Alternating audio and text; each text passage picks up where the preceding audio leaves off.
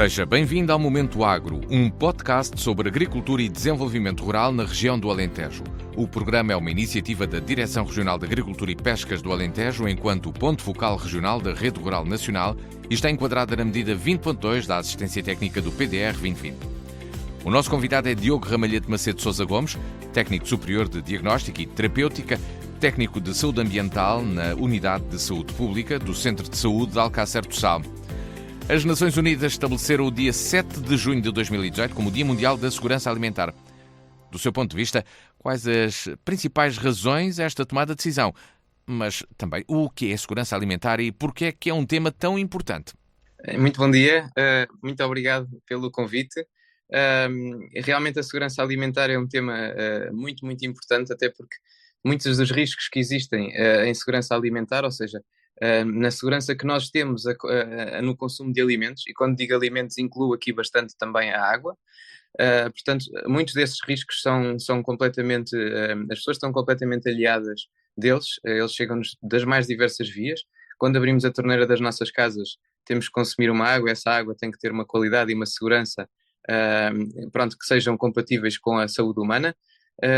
Quando falamos em segurança alimentar, habitualmente falamos em segurança microbiológica, a maior parte das vezes, mas temos também a questão da segurança dos químicos, a segurança química, até inclusivamente a própria segurança radiológica. Portanto, quando falamos em segurança, abrange uma panóplia de riscos que têm que ser evitados e controlados, que vão, desde esses riscos microbiológicos, químicos, radiológicos, todos eles podem ser veiculados através da nossa alimentação, lá está, e inclusivamente através da água. A educação para a segurança dos alimentos ajuda os consumidores a fazerem escolhas informadas e saudáveis e a promover um abastecimento alimentar mais seguro. Concorda com esta afirmação ou há aqui algumas falhas? Claramente que concordo, porque quanto mais conscientes e mais informados estiverem os consumidores, mais exigentes também vão ser e mais pressão colocam sobre exatamente esses sistemas para que eles sejam melhores e em termos de capacidade de regulação, de capacidade de controle, de eliminação desses tais riscos. Há um exemplo que me surge sempre, por exemplo, nós vamos comprar um determinado peixe, e o peixe é da aquacultura. Quase ninguém sabe que há vários regimes de produção da aquacultura. Há o regime também intensivo, há o regime extensivo. Nós sabemos que quando vamos comprar uma carne, e muitas vezes temos essa preocupação, será que esta vaca teve a pastar ou é daqueles regimes intensivos que elas estão estabuladas o tempo todo a comer rações? E nós temos essa preocupação, por exemplo, relativamente aos mamíferos, mas não temos em relação aos peixes. Quase ninguém pergunta. Eu digo isto porque eu já fiz a pergunta várias vezes em estabelecimentos comerciais e eles nem me sabem dar a resposta. Tal é o tal alinhamento da população em relação a estas temáticas, que não cria qualquer tipo de necessidade ao sistema de dar respostas e das pessoas se envolverem nesses processos e conhecerem como é que é feita a produção, o que é utilizado, o que é que não é. A ONU diz precisamente que 1 em cada 10 pessoas do mundo adoece todos os anos por consumir alimentos contaminados. Esta contaminação é responsável por mais de 200 doenças, de acordo com as Nações Unidas. A segurança alimentar está estreitamente ligada à saúde, já aqui começámos a falar do assunto.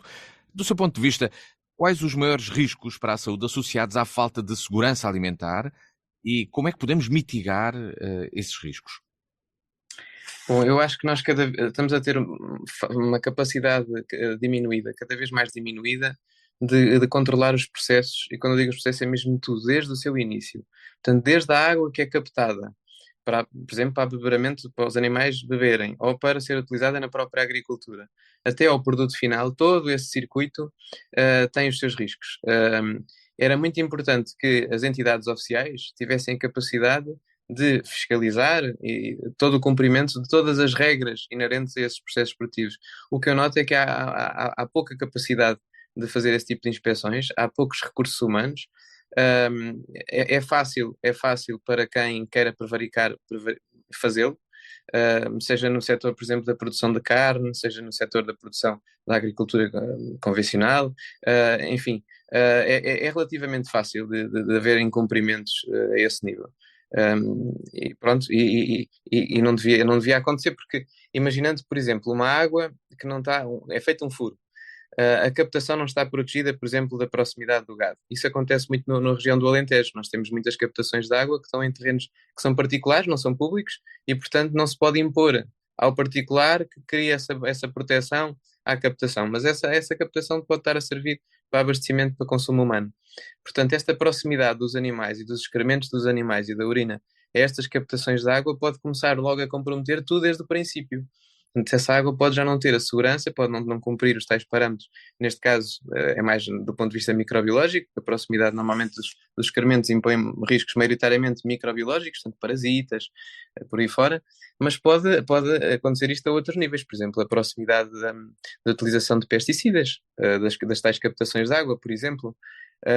Portanto, muitas das vezes as coisas falham desde o princípio e era muito importante que houvesse uma capacidade, por um lado, logo na fase de licenciamento, de avaliar muito bem esses riscos e perceber o que é passível de ser licenciado sem riscos ou não.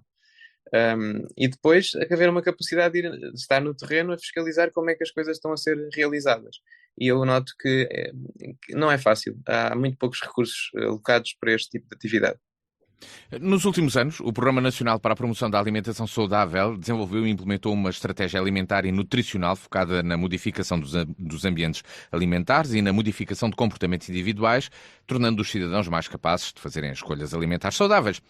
A nível regional, o Programa Regional do Alentejo de Promoção da Alimentação Saudável tem assumido um papel muito importante na sensibilização para a alimentação saudável. Que iniciativas e projetos foram desenvolvidos neste âmbito e qual a sua importância? Sim, tem sido fantástico o trabalho desenvolvido. Muito, obviamente, no meio escolar, na sensibilização dos pais, dos próprios alunos diretamente, da própria comunidade escolar toda. Os lanches saudáveis, por exemplo, aquilo que as crianças levam da sua casa para as escolas tem sido bastante trabalhado do ponto de vista regional e com muito sucesso. Também tem havido uma evolução, porque lá está, depois quando começamos a trabalhar de uma determinada perspectiva, depois tudo o resto que está à volta começa a acompanhar, portanto as próprias escolas com esta sensibilização crescente começa também a adotar as suas escolhas bastante mais saudáveis, portanto nos alimentos que disponibilizam às próprias crianças, inclusivamente aqueles distribuidores automáticos que também acontecia nas escolas e nós sabemos que eles muitas das vezes são cheios de produtos açucarados e são más escolhas, também aí tem havido um trabalho grande, portanto é sem dúvida muito, muito importante porque sensibiliza logo desde precocemente, desde a infância, vá lá.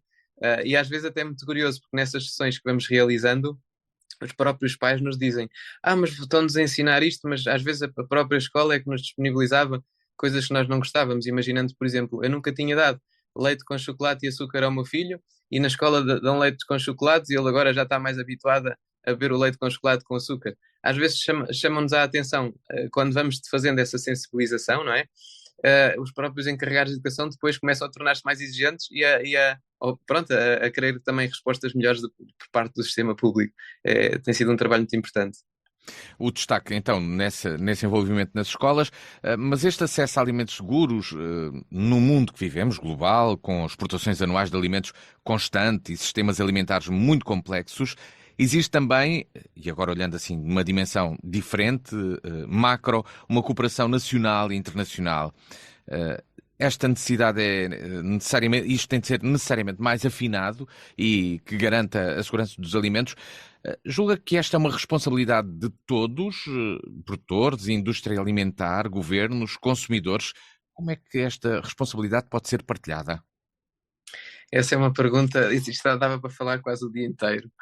Realmente a questão da exportação, uma das estratégias mais importantes do ponto de vista global é a chamada estratégia do prado ao prato.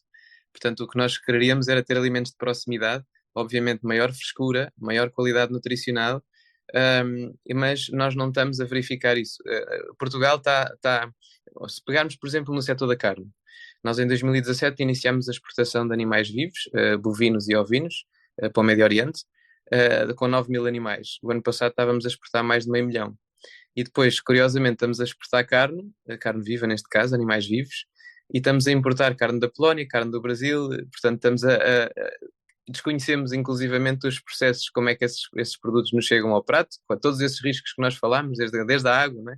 Nós desconhecemos, não os conseguimos controlar, até porque eles estão noutros países, portanto estamos a mandar os nossos produtos para fora e estamos a importar o que consumimos para dentro. Estamos a comprometer bastante este tipo de estratégia e há muitas decisões que não passam por nós, são decisões políticas, ao nível do licenciamento, da atribuição de áreas para este tipo de atividade, às vezes até a comprometer a própria biodiversidade. São instalados em áreas de rede Natura, por exemplo, que são áreas extremamente sensíveis e ricas do ponto de vista da biodiversidade.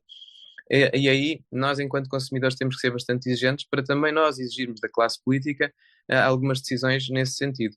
É bastante preocupante essa questão da exportação e da utilização cada vez mais de áreas com esse fim, até porque depois também compromete outro tipo de estratégia. Nós, por exemplo, há incentivos para que as escolas consigam comprar produtos de proximidade e de preferência produtos de agricultura biológica, sem utilizar esse tipo de produtos químicos, de pesticidas e por aí fora.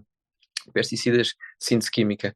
Mas depois, muitas das escolas olham à volta do seu território e o que está é só agricultura de exportação. Eu, por exemplo, aqui em Alcácer do Sal, nós temos aqui implementada, por exemplo, as explorações de pera-abacate e são exportadas para os Estados Unidos.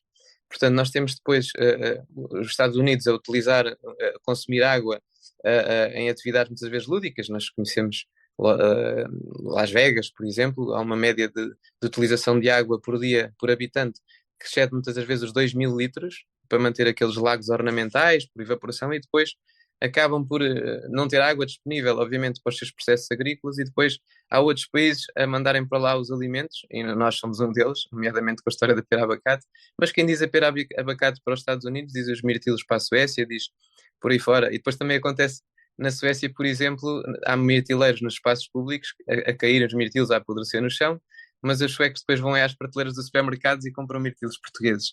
Portanto, esta questão é realmente muito importante e preocupante, e nós, enquanto povo, temos que cada vez sermos mais conscientes para também exigirmos que as decisões políticas sejam compatíveis com aquilo que são os interesses gerais. Só mais um exemplo, a Associação Zero, por exemplo, calculou as emissões dos navios de transporte de gado na exportação, e um só navio, só numa ida para a Haifa, que é o principal destino dos nossos animais em Israel, gasta o mesmo que 35.700 e tal viagens a Lisboa-Porto de automóvel. Portanto, e obviamente que eles estão aqui tracados nos nossos portos a poluir também, não é? E portanto estamos a alimentar uma poluição e a comprometer a sustentabilidade também ambiental, não é? Portanto, cada vez mais se fala que os alimentos e a sustentabilidade têm que estar tudo também ligado. Então, o maior desafio que se coloca atualmente é o da sustentabilidade. Para concluirmos aqui a nossa conversa, neste âmbito da segurança alimentar, também é o da sustentabilidade, é isso? Ou há outros? A sustentabilidade é muito, muito importante. Nós temos, por exemplo, a questão da água. A questão da água é muito importante. Nós vamos ter problemas no futuro. Já estamos a ter problemas com a qualidade, mas vamos ter problemas com a quantidade também. São muitos projetos agrícolas, lá está, licenciados para exportação, com consumos de água gigantes. Portanto, são explorações com 10, 12, 15 furos a tirar em permanência. Portanto, os lençóis freáticos têm uma capacidade também limitada. E, portanto, nós temos um problema sério de sustentabilidade, sim, sem dúvida. Obrigado, Dr. Diogo Ramalhete Macedo de Sousa Gomes, técnico superior de Diagnóstica e Terapêutica, técnico de Saúde Ambiental na Unidade de Saúde Pública do Centro de Saúde de Alcácer do Sal, por ter estado connosco neste Momento Agro. É um podcast sobre agricultura e desenvolvimento rural na região do Alentejo. O programa é uma iniciativa da Direção Regional de Agricultura e Pescas do Alentejo, enquanto ponto focal regional da Rede Rural Nacional, e está enquadrada na medida 20.2 da Assistência Técnica do PDR 2020. Até ao próximo programa.